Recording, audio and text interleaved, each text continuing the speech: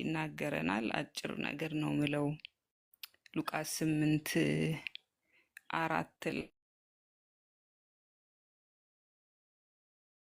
ላይ አነባለሁ። ሉቃስ 8:4 ላይ ያለውን ቃል አነባለሁ። ብዙ ሕዝብም በተሰበሰቡ ጊዜ ከከተማዎችም ሁሉ ወደ እርሱ በመጡ ጊዜ በምሳሌ እንዲህ ሲል ተናገራቸው። ዘሪ ዘሩን ሊዘራ ወጣ። ሲዘራም አንዳንዱ መንገድ ዳር ወደቀ፣ ተረገጠም፣ የሰማይ ወፎችም በሉት። ሌላውም በዓለት ላይ ወደቀ። በበቀለም ጊዜ እርጥበት ስላልነበረው ደረቀ። ሌላውም በእሾህ መካከል ወደቀ፣ እሾሁም አብሮ በቀለና አነቀው። ሌላውም በመልካም መሬት ላይ ወደቀ፣ በበቀለም ጊዜ 100 እጥፍ አፈራ። ይህንም በተናገረ ጊዜ የሚሰማ ጆሮ ያለው ይስማ ብሎ ጮኸ ይላል። ክብር ለኢየሱስ ይሁን። 11 ላይ ሄጄ ያነባለሁ።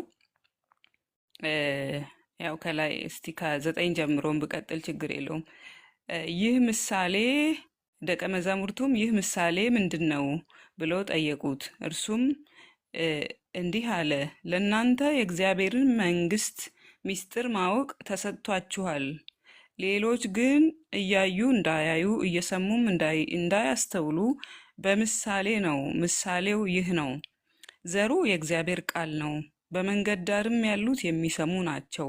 ከዚህም በኋላም ዲያብሎስ ይመጣል፣ አምነውም እንዳይድኑ ቃሉን ከልባቸው ይወስዳል። በዓለት ላይም ያሉት ሲሰሙ ቃሉን በደስታ የሚቀበሉ ናቸው። እነሱም ለጊዜው ብቻ ያምናሉ እንጂ በፈተና ጊዜ የሚክዱ ስር የሌላቸው ናቸው። በእሾህ መካከልም የወደቀ እነዚህ የሚሰሙት ናቸው። መንገዳቸውንም ሄደው በሕይወት ዘመን በሐሳብና በባለጠግነት ምቾት ይታነቃሉ፣ ሙሉ ፍሬም አያፈሩም። በመልካም መሬት ላይም የወደቀ እነሱ በመልካምና በበጎ ልብ ቃሉን ሰምተው የሚጠብቁ በመጽናትም ፍሬ የሚያፈሩ ናቸው ይላል። ክብር ለኢየሱስ ይሁን። ሃሌሉያ። 1 ደቂቃ እንጸልይና ቀጥላለሁ። አምላካችን እግዚአብሔር ሆይ ስለዚህ ማለዳ እናመሰግንሃለን። አንተ መልካም አምላክ ነህ። ተኝተን የምትቀሰቅሰን የምታነጋልን፣ ሌሊቱንና ቀኑን እንዲፈራረቅ የምታደርግ የምትገርም አምላክ ነህ። በኢየሱስ ክርስቶስ ስም እናመሰግንሃለን። በዚህ ሰዓት ደግሞ በዚህ ስብስባችን ውስጥ በመንፈስህ እንድትናገረን፣ በቃልህ እንድትጎበኘን በጌታ በኢየሱስ ክርስቶስ ስም የሚያስፈልገንን እንድትመግበን በኢየሱስ ስም እንጸልያለን። እኔ ደካማ ባሪያህ በፊትህ ቀርቤያለሁ። ይሄንን ቃል አንተ እንድትናገረን፣ እንድታበራልን፣ እንድትረዳኝ በጌታ በኢየሱስ ስም እጸልያለሁ። በምትወደው ልጅህ በጌታ በኢየሱስ ስም አሜን። ይሄ ቃል እንግዲህ በጣም የተለመደ እጅግ በጣም የተወደደ ጌታ ኢየሱስ በምሳሌ የተናገረበት ያስተማረበት ቦታ ነው። እጅግ በጣም እኔ በጣም ህይወቴን የሰራ ቃል ነው።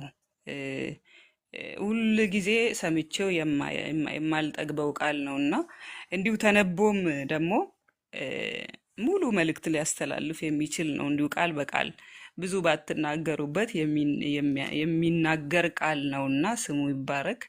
ስለ ቃሉ እግዚአብሔር ይመስገን። እና ስለ የዘሪው ምሳሌ ብሎ ነው የሚያስቀምጠው መጽሐፍ ቅዱስ። የዘሪው ምሳሌ ብሎ ያስቀምጥና ዘሪው ወጣ ዘራ ይላል። እንግዲህ ዘር ማለት ምን ማለት እንደሆነ በተለይ አርሶ አደር አካባቢ ያደግን ሰዎች እናውቃለን። ዘር ይዘራል። ዘር የሚዘራው መሬት ላይ ነው የሚዘራው። ዘር ደግሞ በጣም ውድ ነገር ነው። በተለይ እኛ አካባቢ አርሶ አደሩ ዘሩን በጣም ጥሩ ቦታ አስቀምጦ ጊዜው ሲደርስ መሬት አርሶ እንዳይነካበት አድርጎ አስቀምጦ ጥቂት ዘር ይዘራል፣ መሬት ላይ ይበትናል። መዝራት መበተን ነው። ከዛ ከመሬት በዝቶ እንዲወጣለት በእምነት ነው የሚበትነው። ያው የሚበላ ፍሬ ነው የሚበተነው። የሚበላ ከትንሽ ፕሮሰስ በኋላ ምግብ ሆኖ ማዕድ ላይ መቅረብ የሚችል ፍሬ መሬት ላይ ይበተናል። ለምን? በእምነት በስቶ እንዲመለስ ነው። በእምነት በስቶ እንዲመጣ በስቶ የዛሬ ዓመት ወይ ደግሞ የዛሬ 3-4 ወር ብሎ አርሶ አደር የሚዘራውና ያ ዘር ባይበዛና ቢጠፋ እጅግ በጣም ነው የሚያዝነው ምድራዊው የኛ ሰው ማለት ነው። ባይበዛ እሾ ቢወስደው አረም ቢበላው በተለይ በቆሎኛ አካባቢ ይታወቃል። አንዳንዴ በጣም የቀጨጩና የተበላሹ በቆሎችን መንገድ ላይ እያየን ቢጫ የሆነ እያየን ስናልፍ አረም የበላውን እያየን ስናልፍ በጣም ነው የሚያሳዝነው። ይሄ አርሶ አደር ምን ሆኖ ነው? ታሞ ነው? እንዴት ነው የከሰረው? እንግዲህ ጉልበቱ በበሬ ጉልበት በሰው ጉልበት ነው የሚታረሰው። በጣም የኛ ሀገር እርሻ ከባድ ነው፣ ምሳሌውን ብንወስድ ማለት ነው።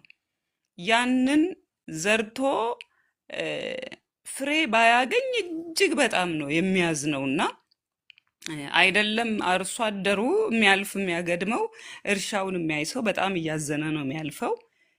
ስለዚህ ይሄንን ምሳሌ ነው ጌታ ኢየሱስ የተጠቀመውና አንደኛው መንገድ ዳር፣ ሌላኛው በጭንጫ መሬት ላይ ወደቀ፣ ሌላኛው እሾ መካከል ወደቀ፣ ሌላኛው በመልካም መሬት መካከል ወደቀ ብሎ ለአራት ከፍሎ ጌታ ኢየሱስ ተናገረ።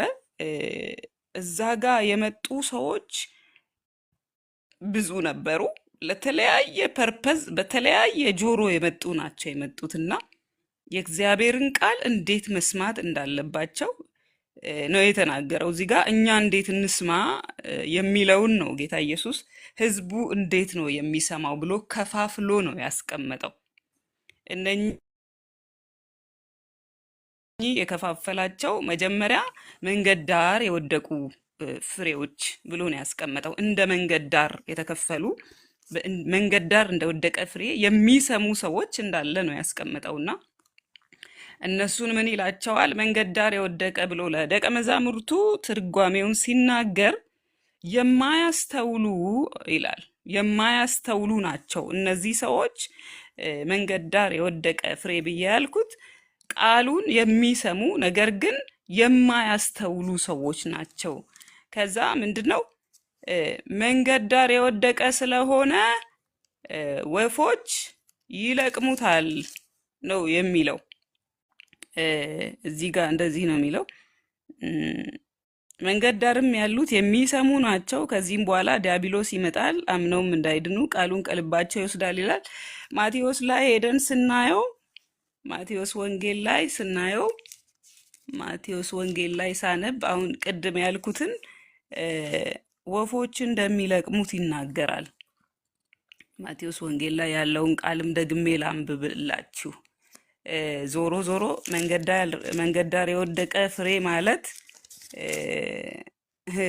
መንገድ ዳር ያለ እቃ እናውቃለን። እኔና እናንተ መንገድ ዳር ያለ ቤት፣ መንገድ ዳር ያለ ነገር፣ መንገድ ዳር የቆመ እቃ፣ የተቀመጠ ነገር ምንድነው የሚሆነው? እጣ ፈንታው አላፊ አግዳሚው እንደፈቀደ የሚጫወትበት ነው የሚሆነው። እድሜው አጭር ነው። አንድ እቃ ተሰባሪ እቃ ራሱ እንደ የሆነ የሰው መተላለፊያ ላይ ከተቀመጠ እድሜ የሌለው ነው፣ ይሰበራል፣ የሚወስድ ነገር ይወስደዋል። እና መንገድ ዳር ያለው ሰምተው የማያስተውሉ ብሎ ነው የሚያስቀምጠው። ማቴዎስ ላይ እንዲህ ይላል፣ እንግዲህ እናንተ የዘሪውን ምሳሌ ስሙ ይላል። የመንግስቱን ቃል ሰምቶ በማያስተውል ሁሉ ክፉ ይመጣል፣ በልቡ የተዘራውንም ይነጥቃል። በመንገድ ዳር የተዘራው ይህ ነው ይላል። ክፉ ይመጣና ይነጥቀዋል ይላል። በመጀመሪያው ላይ ደግሞ ወፎች ይበሉታል ይላል። ወፎችም መጥተው ይበሉታል ይላል። ስለዚህ መንገድ ዳር ማለት ጀስት ወደ ውስጥ ያልገባ ነገር ማለት ነው። ወደ መሃል ያልተወሰደ በጥንቃቄ ያልተቀመጠ ነገር ማለት ነው። ስለዚህ የእግዚአብሔርን ቃል ስንሰማ መንገድ ዳር ኦር ደግሞ ኢንተርናላይዝ የማናረግባቸው ብዙ ምክንያቶች ይኖራሉ። አንዳንድ ጊዜ አሰማማችን ለራሳችን አመቻችተን የምንሰማባቸው ጊዜያት አሉ። ወይ ደግሞ ለራሳቸው ፍላጎት አመቻችተው እግዚአብሔር እያለ ያለውን ሬዚስት እያደረጉ ነገር ግን ለራሳቸው ጆሮ የሚሰሙ ሰዎች ይኖራሉ ማለት ነው። ከሰሚዎቹ ከአራቱ ሰሚዎች ውስጥ የማያስገቡ ከራሳቸው ጋር የማያዩ የእግዚአብሔር ቃል መስታወት ነው ይላል ቃሉና በመስታወት ፊቱን የሚያይ ሰው ጥቂት ከሄደ በኋላ መልሶ ይረሳዋል ይላል። መስታወት ፊታችንን ያሳየናል። የእግዚአብሔር ቃልም እንደዛው ፊታችን ላይ ማንነታችን ላይ ያለውን ነገር ሲያሳየን ወደ ውስጥ አስገብተን ራሳችንን አይተን አስተውለን የማንሄድ ከሆነ ምን ይሆናል? መንገድ ዳር እንደወደቀ ፍሬ የተለያዩ ወከባዎች እረፍት አልባንን ወጥተን የምናየው የምንሰማው ብዙ ነው። ወጥተን የምንሰራው ነገር ብዙ ነው። የእግዚአብሔርን ቃል ልባችንን ከፍተን ካላስገባን መንገድ ዳር እንደወደቀው ፍሬ ወፎች ይለቅሙታል፣ ይረገጣል፣ የተለያየ ነገር ይደርስበትና ቃሉ እንደሚለው ከሰሚዎች ጋር ስላልተዋህደ አልጠቀማቸውም የሚለው ነገር ነው ማለት ነው የሚከሰተው። ስለዚህ አንደኛው መንገድ ዳር የወደቀው ፍሬ ይሄ ነው ማለት ነው። ጌታ ኢየሱስ ራሱ ቃል በቃል ነው የተረጎመላቸው። የማያስተውሉ ከዛ ቃሉ ይጠፋባቸዋል፣ ይረሱታል። የሚኖሩት ሌላ የሚሰሙት ሌላ ይሆንባቸዋል ማለት ነው። ሁለተኛው ደግሞ በደስታ የሚሰሙ የሚቀበሉ ናቸው። በጭንጫ ላይ የወደቀ ፍሬ ይላል። በጭንጫ መሬት ላይ የወደቀ ፍሬ ይልና የሚሰሙ በደስታ ነው የሚሰሙት። በቤተ ክርስቲያን ውስጥ ሃሌሉያ እያሉ ሊቀበሉ ይችላሉ። በጣም ይቀበላሉ። በጣም ገር ሰዎች ናቸው። ነገር ግን ምን ይላል? በቃሉ ምክንያት መከራና ስደት በመጣ ጊዜ ይሰናከላሉ ይላል። ወደ ፍሬው ሲመጣ ምን ይላል?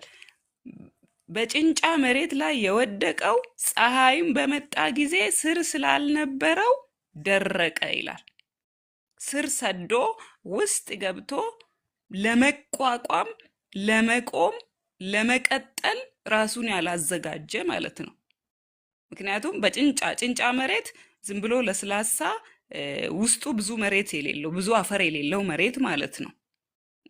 ሌላ ስፍራ ላይ ሄጄ ሳነብ ብዙ አፈር የሌለው መሬት ነው የሚለው ጭንጫ መሬት እና ስር መስደድ አይችልም። ያ ፍሬ ቢበቅል እንኳን ስሩ ወደ ታች ሰዶ ለመቆም እና ለመቀጠል ንፋስና ጎርፍ ፀሐይ ሲመጣ የሚበቃውን ምግብና የሚበቃውን የሚያቆመውን ለጥንካሬ ለማበብ ለማፍራት የሚሆነውን ዝግጅት ያላደረገ ማለት ነው። ስለዚህ ምንድነው የሚለው? በእግዚአብሔር ቤት ውስጥ በደስታ ይሰማሉ፣ አሜን ይላሉ፣ በጣም ዝግጁዎች ይመስላሉ። ነገር ግን ስር ሰደው ራሳቸውን ለመከራ በእግዚአብሔር ቃል ምክንያት ለሚመጣ ነቀፋ፣ ስድብ ራሳቸውን ያዘጋጁ አይደሉም ማለት ነው። ቃሉን ቢቀበሉም በደስታ ቢቀበሉም በጣም የሚሰሙ ቢመስሉም ከዛ በኋላ የሚመጣውን አርቀው ማሰብ ለራሳቸው ዝግጅት ተንበርክከው በእግዚአብሔር ፊት በዚህ ቃል እንድኖር ብለው ራሳቸውን የሚያዘጋጁ አይደሉም ነው የሚለው። በጣም ብዙ ሰዎች በዚህ ዘመን አሉ። በዚህ ዘመን እያንዳንዳችን ራሳችንን ብናይ እንዴት ነው የእግዚአብሔርን ቃል እየሰማሁ ያለሁት? በዚህ ቃል ምክንያት የሆነ ነገር ቢመጣብኝ እንዴት ነው ጸንቼ የምቆመው ብለን መጸለይ አለብን። እያንዳንዱ ሰው አንዳንዱ ዝማሬ ደስ ስለሚለው ቸርች የሚሄድ አለ። አንዳንዱ የቸርቹ ስብከት፣ የትምህርት ልቀት፣ የቃላት ማማር የሆነ አፕሮቹ እዛ ጋር ያለው አፕሮች ወይ ደግሞ የቅዱሳን ህብረት ሊሆን ይችላል፣ የተለያየ ነገር ሊሆን ይችላል። ነገር ግን የእግዚአብሔር ሐሳብ ምንድነው? እንዴት ነው ክርስትናን የምኖረው? እንዴት ነው የሚመጣብኝን መከራ የምቋቋመው? እንዴት ነው ምጸልየው? እንዴት ነው የምቆመው የሚለው ብዙ የማያስጨንቀው ሰው አለ። ዝም ብሎ ቸርች ደስ ብሎት የሚሄድ አለ። ስብከት ውስጥ የሚነገሩ የትንቢት ቃሎች፣ በዛ መሃል የሚደረጉ ተአምራቶች፣ የተለያዩ ነገሮች ብቻ የሚስቡት ክርስትናው ግድም አይለው።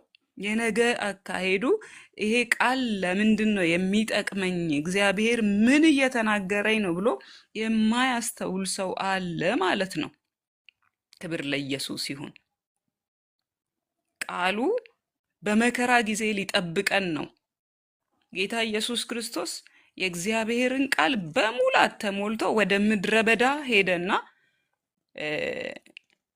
ከ40 ቀን ጾምና ጸሎት በኋላ ምንድን ነው በሰይጣን ተፈተነ ይላል። በሰይጣን ተፈተነ ይላል የእግዚአብሔር ቃል። ከዛ በተሞላው ቃል ነው የሰይጣንን ፈተና ኢየሱስ ክርስቶስ ያሸነፈው። ያንን ቃል እየመዘዘ ለተጠየቀው ጥያቄ ምላሽ ሲሰጥ ነበረ።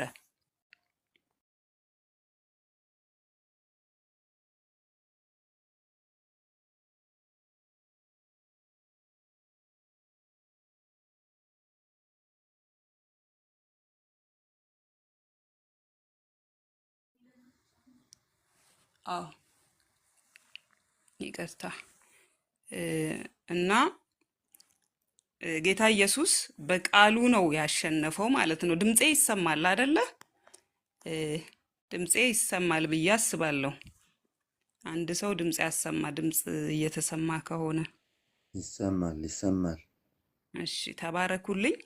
እና የእግዚአብሔር ቃል እንዲሁ ዝም ብሎ የሚዘራብን አይደለም። ሊያጠነክረን፣ አጽንቶ ሊያቆመን እስከ መጨረሻ ድረስ ከሱ ጋር ጠንካሮች ሁነን እንድንኖር የሚያደርገን እንደ የስጋ ምግብ ዕለት ዕለት ሰውነትን እንደሚያጠነክር እንደዛው ምግብ ሆኖ የሚያኖረን ስለሆነ በጭንጫ መካከል የወደቁ ሰዎች በዚያ ልክ በእግዚአብሔር ቃል ለመጠንከር ያልተዘጋጁ ሰዎች ናቸው ነው የሚለው። ክብር ለኢየሱስ ይሁን። ሶስተኛው ቃል ምንድን ነው የሚለው? በእሾህ መካከል የወደቀ ፍሬ ይላል። በእሾህ መካከል የወደቀ ፍሬ ይላል። እንደዚህ ይላል እዛ ጋርም በእሾህ መካከል የተዘራውም ይህ ቃሉን የሚሰማ ነው። የዚህ ዓለም ሐሳብና የባለጠግነት መታለል ቃሉን ያንቃል፣ የማያፈራም ይሆናል ይላል። ይሄም እንደዛው ይሰሙታል። በእሾህ መካከል ተብሎ ምሳሌ የተነገረላቸው ሰዎች ቃሉን ይሰሙታል። ቃሉ ይዘራል፣ የተወሰነ መብቀል ይጀምራል። ነገር ግን አብሮት የሚበቅል ነገር አለ። እሾህ አብሮት ይበቅላል፣ እሾሁ ያንቀዋል ይላል። እንደ እሾህ በጣም አደገኛ ነገር የለም። አሁንም አርሶ አደሩ ጋር ካያችሁ እሾህ አርሶ አደር ማሳ ውስጥ ካለ በጣም እኛ አካባቢ የእንሰት ዘር ነው የእንሰት ተክል ነው በጣም የሚታወቀው። ደቡብን የነበርኩበት አካባቢ በጣም በጣም ተጠንቅቀው ነው እሾህ የሚያጠፉት። እሾህ የሚባል ማሳቸው አካባቢ እንዲኖር አይፈልጉም። ምክንያቱም የእንሰት ዘር በጣም ሰፊ ቦታ ነው የሚወስደው። አንዱ ተክል ብቻ ሰፊ እንዲና እንዲህ እየሰፋ የሚሄድ ነው እና ያንን እንዲህ ትንሽዬ የሚነካው ነገር ካለ የሚፈለገው ውጤት አያመጣም ማለት ነው። እንደምናየው በጣም የሚያስጠላ ተክል ነው የሚታየው። ስለዚህ እሾህ ልክ ደግሞ ክፋቱ አብሮ ነው የሚበቅለው። ቶሎ ነው ወደ ላይ የሚሄደው ከሚበቅለው እህር ጋር አብሮ ይበቅልና ነገር ግን የራሱ የሆነ ባህሪ ስላለው ከግራ ከቀኝ ይዋጋና የነበረውን ነገር ያጠፋል። እሱ ግን ያለ ምንም ተግዳሮት በቅሎ ከፍ ማለት የሚችል ማለት ነው። ባይዘ በጣም ከፍም አይልም። ምን የማውቃቸው እኛ አካባቢ ላይ ከፍ አይልም። በጣም ትላልቅ እሾህ ያለው የሚዋጋ ነው። አካባቢው ላይ የሚገርማችሁ ነገር ከትናንሽ ሳር በስተቀር ከስሩ ምንም ነገር ከፍ ብሎ በቅሎ የሚሄድ ነገር አይታይም። ልክ እንደዛው የእግዚአብሔርን ቃል ሰምተው ወደ ሀብት የባለጠግነት ሐሳብ ይላል ወደ ዓለም ሐሳብና ወደ ባለጠግነት ሐሳብ የሚገቡ ኢሚዲየትሊ ሀብታቸውን የምድርን ሐሳብ የተለያዩ ምድራዊ እቅዶችን ከእግዚአብሔር ቃል ጋር የማያስኬዱ በብዙ ሐሳብና በብዙ ስራ ራሳቸውን ቢዚ ያደረጉ የእግዚአብሔር ቃል በውስጣቸው ስፍራ እንዳያገኝ። የእግዚአብሔር ቃል የሚለው ምንድነው? አስቀድማችሁ ጽድቁንና መንግስቱን ፈልጉ፣ ሌላው ሁሉ ግን ይጨመርላችኋል ይላል። ኖርማሊ ማናችንም የሚያስፈልገንን ነገር ምድር ላይ ማጣት አንፈልግም፣ ማናችንም። ነገር ግን በብዙ ሀብት ሐሳብ የሚታነቁ ሰዎች አሁን እናያለን በምድራችን ላይ። ብዙ ቅዱሳኖችም አሉ፣ ቅዱሳን ያልሆኑትም አሉ። የሀብት ጭንቀት ውስጥ የገባ ሰው፣ ሀብት ላይ ሀብትን መጨመር የጀመረ ሰው ለምንም ነገር አይራራ። የእግዚአብሔር ቃልም እንደሚለው ገንዘብን መውደድ የክፋት ሁሉ ስር ነው እንደሚባለው በጣም ብዙ የምናውቃቸው ቅዱሳን ደክመዋል ከገንዘብ ሐሳብ ከቢዝነስ ሐሳብ የተነሳ። ኖርማሊ አገልጋዮቻችን እንኳን አገልጋዮች ብለን የምንጠራቸው ገንዘብ ብዙ አታሏቸው ብዙ መንገዳቸውን ቀይረዋል። በእግዚአብሔር ቃል ላይ እንኳን የሚዋሹ እስኪሆኑ ድረስ በእግዚአብሔር መንፈስ ላይ፣ በጸጋ ስጦታው ላይ፣ በእግዚአብሔር ማንነት ላይ፣ በክርስትና መንጋውን ጠብቅ የተባለውን የመንጋውን ማንነት እንኳን መጠበቅ እስከማይችሉ ድረስ ጨካኞች እንዲሆኑ ያደረገው የባለጠግነት ሐሳብ ነው ማለት ነው። እነዚህ ሰዎች ሲነሱ እንደሌላው የተዘራባቸው ቃሉን ተቀብለው ጉዞ የጀመሩ ናቸው። ነገር ግን የእግዚአብሔርን ቃል ስፍራ ከመስጠት ይልቅ ያንን የእግዚአብሔር ቃል ለሀብትና ለተለያየ ዓለማዊ ሐሳብ የተጠቀሙ ሰዎች አሁን እጅግ በጣም አስፈሪና ጨካኝ የሆኑ ሊገሩ የማይችሉ ሰዎች የሆኑበት ጊዜ ነው የምናየው። ሌላው እንደው ይቅርና በእግዚአብሔር ቤት ውስጥ ያሉ በባለጠግነት በሀብት በዓለማዊ ሐሳብ የተወሰዱ ሰዎች በጣም ይከብዳል እንደዚህ አይነት ሰዎችን መመለስ ማለት ነው። እዚህ ይታነቃል፣ ያ ቃል አይበቅልም፣ ይጠፋል ማለት ነው። ይጠፋል፣ ምንም የማይጠቅም ቃል ይሆናል ማለት ነው። ክብር ለኢየሱስ ይሁን። ስለዚህ አራተኛው በጣም የሚጠቅም ሆኖ የሚበቅለው በመልካም መሬት ላይ የወደቀው ነው ማለት ነው። በመልካም መሬት ላይ የተዘራውም ይህ ቃሉን ሰምቶ የሚያስተውል ነው ይላል። በመልካም መሬት ላይ የተዘራው ቃሉን ሰምቶ የሚያስተውል ነው፣ እርሱም ፍሬ ያፈራል፣ አንዱም 100 አንዱም 60 አንዱም 30 ያደርጋል ይላል። ክብር ለኢየሱስ ይሁን። እንግዲህ የእግዚአብሔር ቃል በሰፊው ይዘራል። ልክ እንደነዚህ 4 አይነት ቦታዎች ላይ 4 አይነት ጆሮ ያላቸው ሰዎች ላይ ይወድቃል። 4 አይነት ሰሚዎች ላይ ይወድቃል። ከአራቱ ግን ፍሬ አፍርቶ እግዚአብሔርን የሚያስደስተው ይሄኛው መልካም መሬት ላይ የወደቀው ነው ማለት ነው። እነዚህን ምን ይላቸዋል ጌታ ሲተረጉም? ቃሉን ሰምተው የሚያስተውሉ ናቸው እነዚህ ይላል። ክብር ለጌታ ይሁን። ቃሉን ሰምተው የሚያስተውሉ ናቸው። ከዛ ፍሬን የሚያፈሩ ናቸው። ክብር ለኢየሱስ ይሁን። ፍሬን የሚያፈሩ እግዚአብሔር የተናገረውን ቃል አስተውለው የሚጠቀሙበት ናቸው ይላል። ሉቃስ ላይም እንዲህ ይላል። ሉቃስ 8:15 ላይ በመልካም መሬት ላይም የወደቀ እነርሱ በመልካምና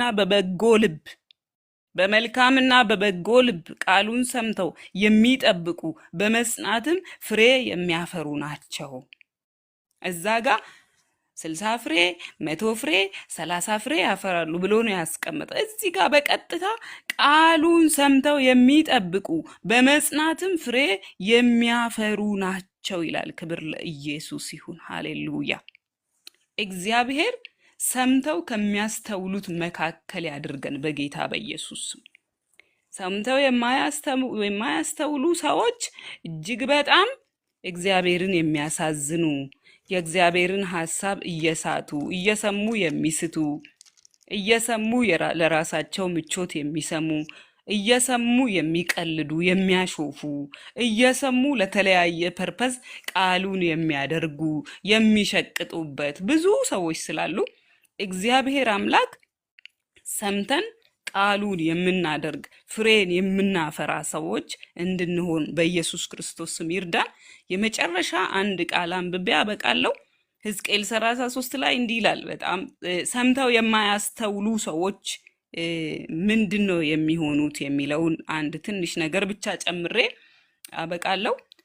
ሕዝቅኤል 33 ላይ እንደዚህ ይላል። 33:30 ላይ አንተም የሰው ልጅ ሆይ የሕዝብ ልጆች በቅጥር አጠገብ ቤት ደጆች ውስጥ ስላንተ ይናገራሉ። እርስ በርሳቸውም አንዱ ከአንዱ ጋር እንሂድና እግዚአብሔር ያለው ቃል ምን እንደሆነ እንስማ ብለው ይናገራሉ። ሕዝብ እንዲመጣ ወደ አንተ ይመጣሉ፣ እንደ ሕዝቤ ፊት ይቀመጣሉ፣ እንደ ሕዝቤም በፊትህ ይቀመጣሉ። ቃልንም ይሰማሉ፣ ነገር ግን አያደርጉትም። በአፋቸው ብዙ ፍቅር ይገልጣሉ፣ ልባቸው ግን ስስታቸውን ትከተላለች። እነሆ አንተ መልካም ድምፅ እንዳለው እንደሚወደድ መዝሙር ማለፊያም አድርጎ በገና እንደሚጫወት ሰው ሆንክላቸው። ቃልህንም ይሰማሉ፣ ነገር ግን አያደርጉትም። እነሆ ይህ ይመጣል፣ በመጣም ጊዜ እነርሱ ነቢይ በመካከላቸው እንደነበረ ያውቃሉ ይላል። ክብር ለኢየሱስ ይሁን። ሃሌሉያ። እነዚህ ሰዎች በጣም ነው የሚያሳዝኑት። ቃሉን እንስማ እንሂድ ብለው ነው የሚመጡት። ነገር ግን የሚሰሙት አሁን እንደምንለው የትንቢቱን ድምፅ፣ የመዝሙሩን ድምፅ፣ የተለያየ ነገር፣ የቸርቹ አቀማመጥ፣ ወንበሩ ወይ ደግሞ የሆነ መስተንግዶ የሆነ ነገሩ የሚያታልላቸው ነገር አለ። ያንን ይሰማሉ፣ ለቃሉ ግን ግድ የላቸውም። ሲሰሙ እንዴት ነው የሚናገረው እያሉ ሁላ ሊሰሙ ይችላሉ። እንዴት ነው ሞቅ ያለው ዛሬ በቃ ለየት ብሏል እኮ ሰባኪ ገሌ ሊሉ ይችላሉ። እንዴት ነው የቃላት አወጣጡ? እንዴት ነው ይሄ የስብከት ችሎታው? የሚገርም እኮ ነው። ምን አይነት መጽሐፍ ነው የሚያነበው ሊሉ ይችላሉ። የት ነው የተለማመደው እያሉ ሊሉ ይችላሉ። ነገር ግን የሚነገረውን ቃል አያደርጉትም ይላል። እንደዚህ ይላል፣ አንተ ድምፅ እንዳለው እንደሚወደድ መዝሙር ማለፊያ አድርጎ በገና እንደሚጫወት ሰው ሆንክላቸው። ልታዝናና ፊት ለፊታቸው የቆምክ ነው የምትመስለው። የሆነ እነሱን ኢንስፓየር ለማድረግ ብቻ የቆምክ ጀግና ለመባል የቆምክ ነው የሚመስላቸው እንጂ ቃልህን ይሰማሉ፣ ነገር ግን አያደርጉትም ነው የሚለው። ክብር ለኢየሱስ ይሁን። ከዚያስ መጨረሻቸው ምን ይሆናል? እርሱ የተናገረው የትንቢት ቃል በነሱ ላይ በተፈጸመ ጊዜ፣ ቁጣ ቢሆን ቁጣው በተፈጸመ ጊዜ፣ ቅጣቱ ቢሆን ቅጣት በተፈጸመባቸው ጊዜ፣ ፍርዱ ቢሆን በነሱ ላይ በተፈጸመ ጊዜ ነቢይ በመካከላቸው እንደነበረ ያውቃሉ። ካለፈ በኋላ በጣም ነው የሚያሳዝነው። ካለፈ ተናጋሪው እግዚአብሔር በመካከላቸው ነቢይ ልኮ ሲያስጠነቅቃቸው እንደነበረ የሚያውቁት ነገሩ ካለፈ በኋላ ነው። መጀመሪያ ግን ሲያሾፉ ነበረ፣ ለምቾታቸው ሲሰሙ ነበረ፣ ሲዝናኑበት ነበረ። ሰምተውም የሚመለሱ አይደሉም። ተመለሱ ተብለው የሚመለሱ ቃሉን ሰምተው የሚያደርጉ አይደለም። ከዚያ መጨረሻ ላይ ሰምተው አያደርጉም። ነገሩ ካለፈ በኋላ ባለፈ ክረምት ቤት አይሰራም ነው የሚለው የኛ ሰው። ካለፈ በኋላ ነቢይ በመካከላችን ነበር፣ ለካ ሲናገረን ነበረ፣ ወየው ይላሉ። የሚሰማ ጆሮ ያለው ይስማ እንዳለው ጌታ ኢየሱስ። ሃሌሉያ። ወየው ተናግሮን ነበር እኮ ያ ሰውዬ ብለው ይጸጸታሉ ይላል። ክብር ለኢየሱስ ይሁን። አምላካችን እግዚአብሔር ሰምተን ከምናደርግ ሰዎች መካከል ያድርገን። ጌታ ኢየሱስ ይባርካችሁ። ይሄን ያክል ነው። ጸጋው ይብዛላችሁ። እድሉን የሰጣችሁኝ ሰዎች በጣም ነው ማመሰግናችሁ። እግዚአብሔር ይሄን ያክል የሚፈልገውን ቃል ተናግሯል ብዬ ነው ማስበው። ትጠቀማላችሁ ብዬ ነው ማስበው። መንፈስ ቅዱስ ሁሉን ስለሚያውቅ እሱ እንዴት እንደሚናገር ያውቃል። ክብሩን ሁሉ ጠቅልሎ ይውሰድ። እኔንም ተናግሮኛል። በጣም ወዳችኋለሁ። ተባረኩልኝ።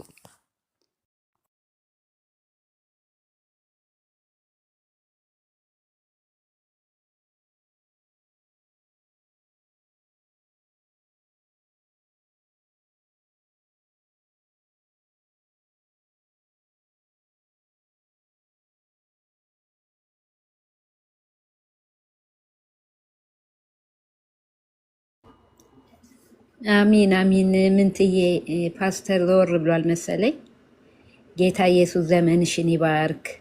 በእውነት ከዚህ በበለጠ የቃሉን ፍቺ ደግሞ ጌታ መንፈስ ቅዱስ ይግለጥልሽ፣ ያብራልሽ፣ ባወጣሽው እጥፍ ደግሞ ይሙላብሽ። በእውነት እግዚአብሔር ዘመንሽን ይባርክ። በጣም የሚደንቅ መልእክት ነው። ብዙ ጊዜ በብዙ መንገድ በብዙ አዎ ተሰምተሻል። እኔ አልሰማሽም? ምንትዬ አይሰማም? እንዴ ብሪቱዬ? አሁን እየሰማው ነው። አሁን እየሰማው ነው። የተቋረጠ መስሎ ይሰማል። ምንቱዬ በደንብ ነው ያካፈልሽው። አሜን እያልን እኮ ነው። ጌታ ኢየሱስ ይባርክሽ። ቀጥይ ቲጂ፣ ተባረክ። ያ ምንትዬ ጌታ ኢየሱስ ይባርክሽ፣ ዘመንሽ ይባረክ። በጣም ድንቅ መልእክት ነው። በአንቺ በኩል ደግሞ በተለየ መገለጥ ቃሉ መጥቶልናል። ብዙ ጊዜ ብንሰማውም ቃሉን የሚደንቅ መልእክት ነው ያካፈልሽን። ዘመንሽ ይባረክ። ባወጣሽው እጥፍ ደግሞ ይብዛ ይጨመርልሽ። መንፈስ ቅዱስ ከዚህ በበለጠ የቃሉን ፍቺ የቃሉን ብርሃን ያብራልሽ። ዘመንሽ ይባረክ። በጣም የሚገርም ነው። እንግዲህ 4 አይነት ሰዎችን አይተናል። በአራቱም ደግሞ ሪዛልቱን ስናይ ምንድን ነው የሚሆኑት የሚለው እየገረመኝ ነበር። የመጀመሪያው አምነው እንዳይድኑ ነው። ዳቢሎስ መጥቶ ያንን ቃል የሚለቅምባቸው እና አምነው እንዳይድኑ። መዳን በእምነት ነው ወገኖች።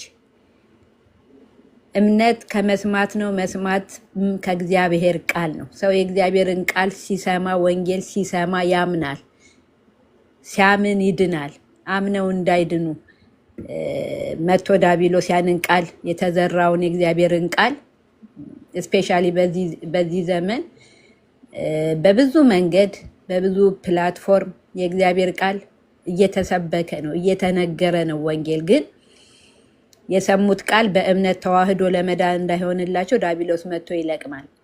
አምነው እንዳይድኑ የተዘራውን የተነገረውን ቃል አምነው እንዳይድኑ ብዙ ፍልስፍና ውስጥ ይከታቸዋል። እንዴት በእምነት ብቻ ይሆናል? ውሃ ውስጥ ሳልገባ ያኛውን ስርዓት ሳልፈጽም እዛ ሳልሄድ እዛ ሳልመጣ እያለ ጥርጣሬን ይዘራል። ከዛ አምነው እንዳይድኑ በተዘራው ቃል ዳቢሎስ መጥቶ ይወስዳል። በጣም እየገረመኝ እያየሁት ነበርና ያው ሁለተኞቹ ደግሞ የሚክዱ ናቸው። የእግዚአብሔር ቃል እንደሚናገር ሰው በስሙ ልናምን ብቻ ሳይሆን ስለ ስሙ ደግሞ መከራ ልንቀበል እዛ ተጠርተናል። ክርስትና መስቀል አለው። እነዚህ ግን ለጊዜው በደስታ ይቀበሉና ላይክ በቃ በስሜት ከዛ በኋላ ግን ስለሰሙት ቃል ስለተቀበሉት ወንጌል ግን መከራ ሲመጣ የሚክዱ ናቸው። ስር አልሰደደም። ቃሉ በእምነት ከነርሱ ጋር አልተዋሃደም። እያየን እኮ ነዋል። በዚህ ዘመንም አገልጋይ ነን ሲሉ የነበሩ እንደዛ እንደዚህ ነን ሲሉ የነበሩ ነገር ግን በብዙ ሲክዱ አሁን በዚህ እኛ ባለንበት ዘመን እንኳን በብዙ እያየን ነው። እና ጌታ ኢየሱስ ተናግሯል ሉቃስ 9:23 ላይ በኋላ ሊመጣ የሚወድ ቢኖር ብሏል። ወደን ነው የተከተል ነው። ኢየሱስን ፎሎ ስናደርገው ወደን ፈቅደን ነው፣ አስገድዶን አይደለም። በኋላ ሊመጣ የሚወድ ቢኖር እራሱን ይካድ፣ ከዛስ መስቀሉን ተሸክሞ መስቀሌን አላለም ኢየሱስ፣ መስቀሉን ተሸክሞ ለትለት ይከተለኝ። የየራሳችን መስቀል መከራ አለ። ስለ ወንጌል ስለ ስሙ የእያንዳንዳችን መከራ ሊለያይ ይችላል። እህት ወንድሞች፣ ግን ክርስትና አልጋ ባልጋ አይደለም። ሶስተኞቹ ደግሞ የሚገርመው የሚታነቁ ናቸው። ይታነቃሉ ይላል እና ሰምተው ቃሉ ተዘርቶባቸው ሃሌሉያ አሸወይና ብለው ተቀብለው በቃ በቸርች ውስጥም በብዙ እንቅስቃሴ በብዙ አገልግሎት ታይተው ምናምን ከዛ በኋላ ግን ባለጠግነት የባለጠግነት ሀሳብ በዛ ምኞት ይሄም በዚህ ዘመን እያየን ነው እኮ በብዙ አሁን ቅድም ምንትዬ ብዙ እየተናገረች እኔ በጣም እየደነቀኝ ነበር። መታነቅ በቃ እሾህ እኮ ናቹራሊ የሚያንቅ ነው። በቃ በእሾህ መካከል እንኳን ስታልፉ ልብሳችሁን ጨምድዶ ይይዛል እና ያንቃል። በቃ ይሄን ነገር ፍሬ እንዳያፈሩ ንቀውት የዚህን ዓለም ነገር ኮተቱን ንቀው ከጌታ ጋር እንዳይጨክኑ የሚታነቁ ናቸው። ደግሞ እነዚህ በእውነት የጻድቅ ሰው ዓይኖች ወደ ራሱ ናቸው ይላል። እህት ወንድሞች፣ እኛ በየትኛው ነው ያለነው? ዛሬ ላይ ነገሮች በቃ በሰላሙ ሜዳ ላይ ሃሌሉያ አሸወይና እያልን እየዘመርን እያስተማርን እየተናገርን ይሆን? ስለ ስሙ መከራ ቢመጣብን ግን እንዴት እንሆን? ሰይፍ ቢመጣ አሁን በእያንዳንዳችን ላይ ወይ ኢየሱስን ትክጃለሽ ወይ ይሄ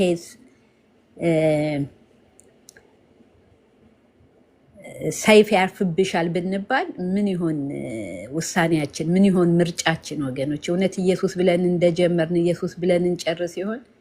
ጸጋውን ያብዛልን።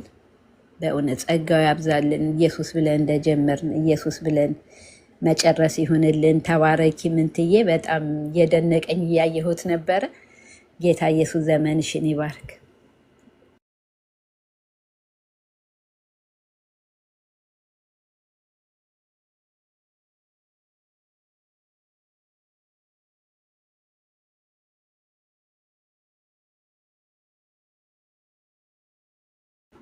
ቀጥሉ ወገኖች። ሄሉም ብሪቱዬ ካላችሁ አራተኞቹ ግን ይቅርታ ይሄን ሳላጠቃለ አራተኞቹ ግን በጣም የሚደንቅ ነው። በመልካም መሬት ላይ እነዚህ ደግሞ ቃሉን የሚጠብቁ ፕላስ ደግሞ የሚጸኑ ናቸው። በመጠበቅና በመጽናት ፍሬ የሚያፈሩ ናቸው ወገኖች።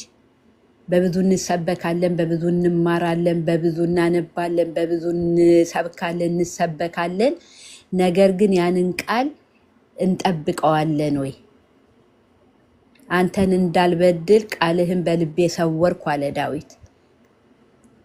ያንን ቃል መጠበቅ፣ በዛ ቃል መጽናት። የጠበቁና የጸኑ ደግሞ ፍሬ ያፈራሉ። መልካም መሬት እንደዛ ነው። መልካም ልብ እንደዛ ነው። ለእግዚአብሔር ቃል የተዘጋጀ ቃሉ ሲመጣ በመፍራት በመንቀጥቀጥ የሚሰማ ሰምቶ ብቻ የሚረሳ ሳይሆን ደግሞ የሚጠብቅ ዜን የሚጸና ደግሞ በዛ ከዛ ፍሬ የሚያፈራ ብዙ ፍሬ ብታፈሩና ደቀ መዛሙርቴ ብትሆኑ አባቴ በዛ ይከበራል አለ ጌታ ኢየሱስ። እኛ የምናፈራው ፍሬ አብን ያስከብራል።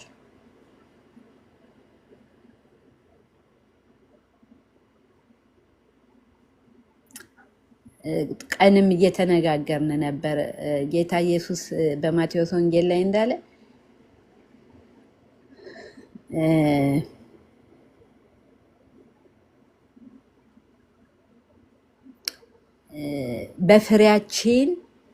በፍሬያችን አብን ማስከበር፣ በቃ መልካሙን ስራችሁን አይተው የሰማዩን አባት ያከብሩ ዘንድ ብርሃናችሁ በሰው ሁሉ ፊት ይብራ እንዳለ ስራችንን እኮ ነው ብርሃናችሁ ያለ። ሌላ እኮ የምናበራው ብርሃን የለም። ስለዚህ ጌታ ኢየሱስ በእውነት ቃሉን ሰምተን የምንጠብቅ፣ የምንጸና፣ የምንተጋ ከዛም ደግሞ ፍሬ የምናፈራ እምነታችንን በስራ የምንገልጥ የምናሳይ ያድርገን። ዘመናችን በእውነት ለእርሱ ክብር የተሰዋ በእርሱ ክብር በክብር አጀንዳው የተጠቀለለ ይሁን። ተባረኩ። ቀጥሉ። ማውራት የምትችሉ ቀጥሉ።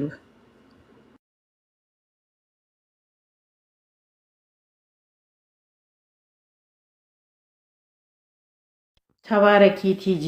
ጌታ ኢየሱስ ይባርክሽ።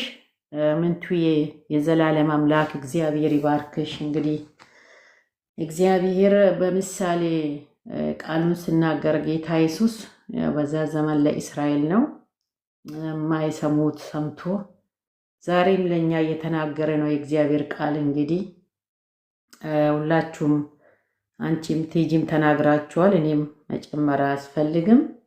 ድንቅ ትምህርት ነው ዘሩ እንግዲህ ቃሉ ነው። በእኛ ውስጥ ተዘርቶ እንዲያፈራ ዘር እንዲያገኝ ነው ጌታ ባንቺ ያስተማረው። አራተኛው ላይ ቲጂም ተናግራለች፣ አብራርታለች። አንቺም መንፈስ ቅዱስ ባንቺ ሆኖ አስተምሮናል። እግዚአብሔር እርዳን። በጣም የሚያስፈራ ነው እንግዲህ።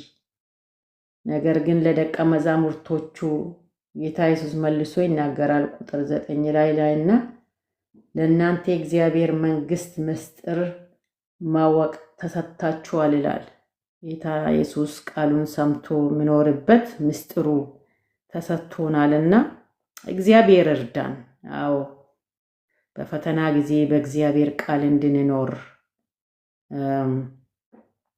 በመከራ ጊዜ ቤቱን በድንጋይ ላይ የሰራ ይላል ወይ ደግሞ አሸዋ ላይ የሰራ ሰምቶ ንፋስ ሲመጣ በብዛት አሜሪካ ምድር ላይ ያለ ቲጂ ምድር የሚኖሩት ብዙ ንፋስ መጥቶ ይዞ ይሄዳል።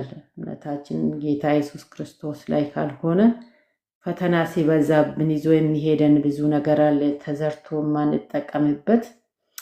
እግዚአብሔር ጸንቶ ያቆመን። በጣም ከባድ ጊዜ ላይ ነን ያለነው።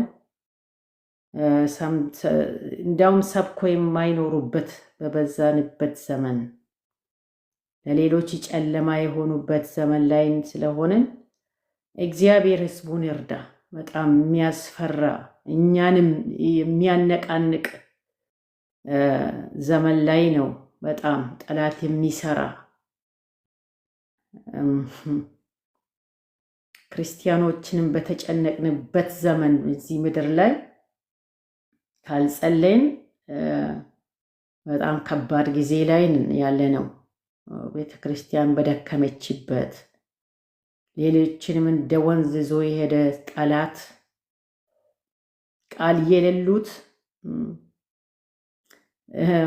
ቸርች ላይ እሁድ እኛ ጋር ሲሰበክ ሌሎቹ ወጥቶ ነው የሚያጨሱት። ሊወጣ ሊናገራቸው እነዚህ ወጣቶች ይገላል ውስጤ። ምንድን ነው ይሄ ነገር? ይሄ ነገር ቃል ስለሌለ ነው የሚያቆማቸው።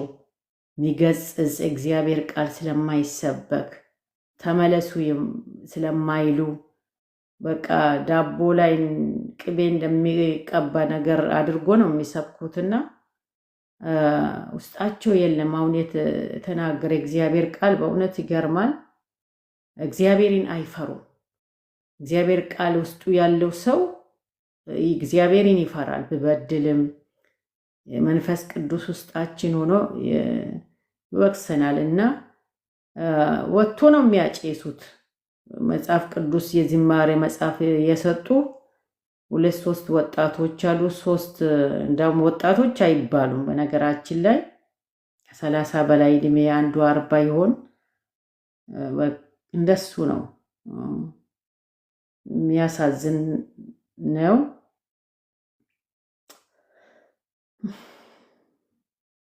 ያደክማል። እግዚአብሔር ይገስጸው እንጂ በጣም ልብን ይመታል ይሄ ነገር ሁሉ። እግዚአብሔር ፍቅር ነው ብቻ ነው የሚሰብኩት እዚህ ምድር ላይ ነጮች ፓስተሮች። ግን እግዚአብሔር አምላክ ባርካችሁ አሉ የሚበረቱም አፍሪካውያን ቸርች ላይ በትንሿም 10 ሰውም ቢሆን 300 ሰዎች የነበሩ በቃ 2 ቤተሰብ ብቻ ቀሩ። አሁን ወደ 70 ልጆች 60 ልጆች ነበሩ ከኮሮና በፊት ሞልተን ስንማር እግዚአብሔር ቃል። አሁን የ2 ቤተሰብ ልጆች ብቻ ነው። 2 ቤተሰብ ሰው ብቻ ይመጣል። ምስትም ሄዳለች። በጣም ከባድ ነው። በጣም እግዚአብሔር ግን ሁሉን የሚችል አምላክ ነው። መጸለይ እንጂ የሚያቆመን በእግዚአብሔር ቃል የሰማን መጸለይ በጣም ከባድ ጊዜ ላይ ነው ያለ ነውና ኢታሊያኖች ወንድሞች በጣም ይበረታሉ። ጌታ ኢየሱስ ይባርካችሁ እንጂ በቃሉ ነው ጸንቶ የሚቆሙት። እውነተኛ ቃል አለ። ትንሽም ግሩፕም ቢሆን እንጂ ነጮች ጀርመኖች ቤተ ክርስቲያን አሁን ያለው በቃ የማይሆን ነገር እየተፈጸመ ነው። ቃል ስለሌለ ነው ይሄ ሁሉ የሚሆነው። ቃል በደንብ ስለማያስተምሩ ስለማያስተውሉ እናቶች 70 60 50 ዕድሜ ሆኖ ቸርች ላይ ጨርሶ ምንም ቃል የማያውቁ ናቸው። ነገር ግን እግዚአብሔር ሆይ ራራላቸው እላለሁ። እኔ ቅዱስ ቁርባን የጌታ እራት ቅዱስ ቁርባን አትበሉ እያለ ነበር ያስናቀና የጌታ እራት ስንቀበል ለምን እንደሚቀበሉ አያውቁም። ለምን እንደሆነ አይገባቸውም። ቃል ስላልተማሩ በዚህ የቀጠሉ ስለመጡ ስለማነቡ ወንጌል እጃቸው ላይ የለም። እግዚአብሔር ሆይ ወደ ቤቴ ስለመጡ አስባቸው እላለሁ። እኔ ተጠምቶ ስለመጡ ወደ ቤቴ ስለመጡ ጌታ እግዚአብሔር አምላክ ሆይ አስባቸው እላለሁ። ከዛ ቅዱስ ጌታ እራትን ወጥቶ ደግሞ ያጨሳሉ። እዛ ቆሞ እግዚአብሔርን ቃል ያነበቡ ወይ ደግሞ የሰበኩ ፓስተሮች በጣም ይገርመኛል። አንዳንዶቹ የማይፈሩ ናቸውና የጌታ እራት የከበረ መታሰቢያ ይሆንላቸው ያለ ጌታ ኢየሱስ እንድናዘዝበት ከኃጢአት ለምን እንደሚቀበሉም እንኳ ማይገባቸው ብዙዎች ናቸው። እግዚአብሔር አምላክ ግን ይርዳን። እንጸልይላቸዋለን። ጌታ ደግሞ ያስባቸዋል። በተለይ እናቶች እግዚአብሔር አምላክ ረዳቸዋል እና ወጣቶች ኢየሱስ ምሕረቱ ብዙ ነው። ምሕረቱ ብዙ ነው። ተባረኪ ምንትዬ። ጌታ ኢየሱስ ይባርክሽ፣ ዘላለምሽ ይባረክ፣ ጸጋው ይብዛልሽ። ቲጄ ተባረኪ የኔ ውድ እህት፣ ደግሞ አጥፊ ደውይልኝ። ተባረኪ። ጌታ ኢየሱስ ይባርካችሁ። የልዬ ተባረኪ። አንድሪያስ አስናቂዬ፣ ሁላችሁም ቅዱሳን ታቸሜን እያላችሁ ያላችሁ የሰማይ አምላክ እግዚአብሔር ይባርካችሁ። ስብከትሽ ላይ ለመጨመር ሳይሆን ያለው ነገር ስለሚያደክም እኔ ያየሁት ነው ውስጥ ያለሁት ነው።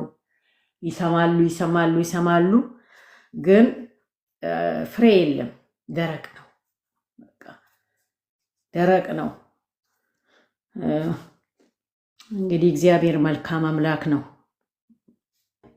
ጌታ ኢየሱስ ይባርካችሁ።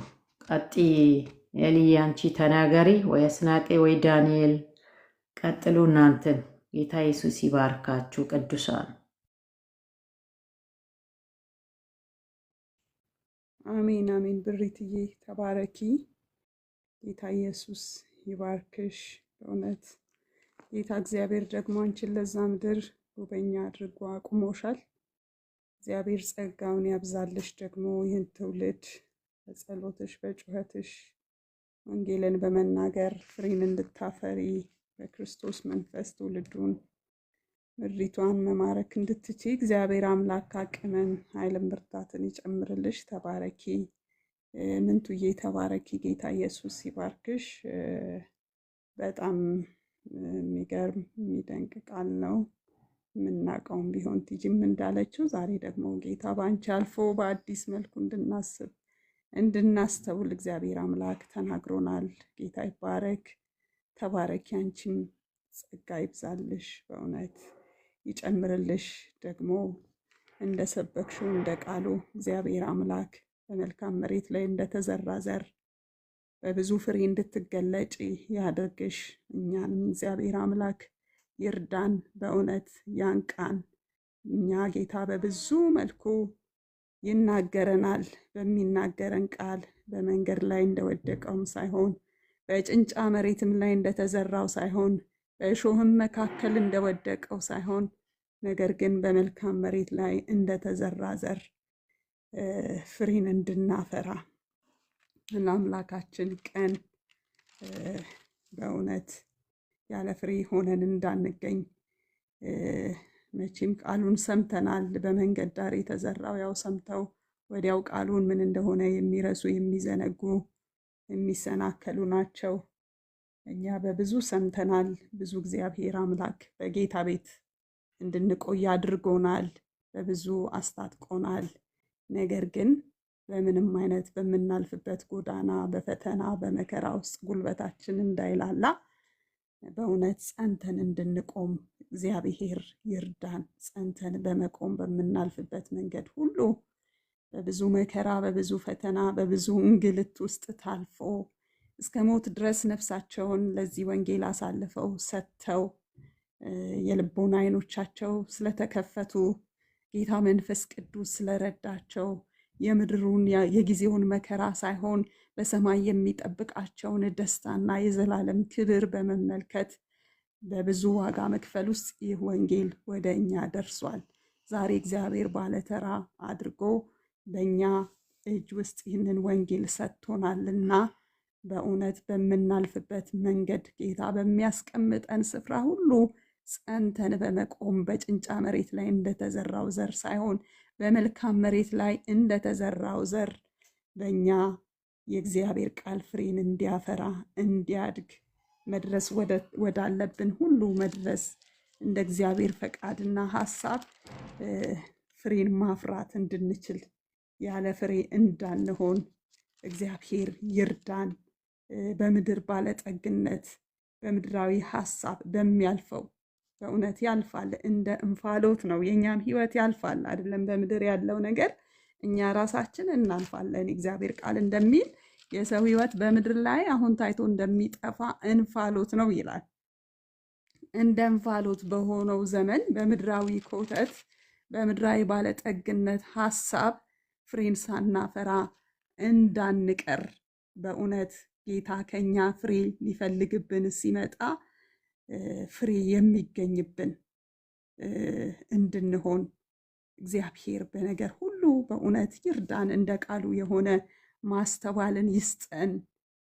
ከእግዚአብሔር ሐሳብ ጋር ከእግዚአብሔር ዓላማ ጋር እግዚአብሔር በሚፈልገን በሚያስቀምጠን በሚያሰማራን ስፍራ ሁሉ ወግነን በመቆም ብርሃናችን በሰዎች ሁሉ ፊት የበራ እንዲሆን ጌታን የምናስከብር ደስ የምናሰይ ለጌታ የሚሆን የሚበላ ፍሬ የማይታጣብን 100 እጥፍ የምናፈራ እንድንሆን በእውነት ጌታ ዛሬ ቃሉን ልኳልና ቃሉን ላከፈወሳቸው ተብሎ እንደተጻፈ መፈወስ በሚገባን አቅጣጫ ሁሉ ከእግዚአብሔር ቃል እውነት ጋር ጸንተን ወግነን በምናልፍበት መንገድ ሁሉ ጌታን አስከብረን ፍሬን አፍርተን ማለፍ እንድንችል ጌታ ማስተዋልን ይስጠን። ተባረኩልኝ ቅዱሳን የተወደዳችሁ። ዛሬ ደግሞ ለዚህ ቀን ጌታ አምላካችን ስላደረሰን የእግዚአብሔር አምላካችን ስም የተባረከ ይሁን።